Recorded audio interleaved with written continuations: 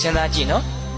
အကုသိုလ်တွေများသောအဖြစ်ဖြစ်တယ်စိတ်ထဲမှာလောဘတွေဒေါသတွေဖြစ်ရတယ်ဆိုတာသူများအကြောင်းစဉ်းစားလို့ဖြစ်တာဗျဟုတ်လားမုန်းတဲ့လူအကြောင်းစဉ်းစားကြည့်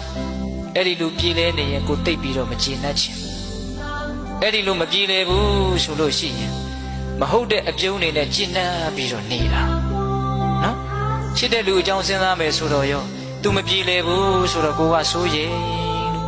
ကိုပါမပြေလည်ဟုတ်လားသူပြေလည်တယ်ဆိုတော့လည်းပဲလောဘတွေနဲ့ရစ်မှုပြီးတော့နေပြန်တာပဲဟုတ်လားများသောအားဖြင့်တော့သူများအကြောင်းစဉ်းစားရင်ဒေါသတွေအင်မတန်ဖြစ်ရတယ်မဟုတ်တာတွေလုပ်နေတာတွေကိုစဉ်းစားပြီးတော့ကြည်စမ်းလူယုံမာတွေမဟုတ်တာတွေလုပ်နေတာမစဉ်းစားဘူးလားအဲ့ဒီလူယုံမာတာမယုံမာတာမသေးကြပေမဲ့လို့အဲ့ဒီတည်ငါမှအဲ့ဒါလို့တွေးနေတော့ကိုကတော့ယုံမာသွားတာအမှန်ပဲဗျာလူယုံမာတွေလို့စဉ်းစားလိုက်တော့စိတ်ထဲမှာဘာတွေဖြစ်လာလဲဒေါသတွေဖြစ်လာတယ်ဟုတ်လားကောင်းတာတွေလုပ်နေတဲ့လူတွေကိုစဉ်းစားမိတဲ့နေရာမှာတောင်မှအလကားပါကွာထောင်မြင်လို့ရာစွန့်နေတာပါအလကားစိတ်ကောင်းနှလုံးကောင်းနဲ့လုပ်နေတာမဟုတ်ပါဘူးလို့စိတ်ထဲကဒေါသတွေဖြစ်တာရောမရှိဘူးလား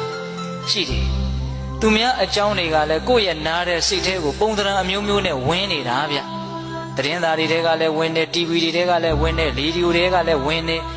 သူများအကြောင်းတွေခေါင်းနဲ့အမြဲတမ်းရောက်မနေဘူးလားရောက်နေတယ်အဲ့ဓာတွေကိုစဉ်းစားရင်နဲ့ကိုယ်တကယ်လုပ်ရမယ့်အလုပ်ကိုယ့်အတွက်အင်မတန်အဖို့တန်တဲ့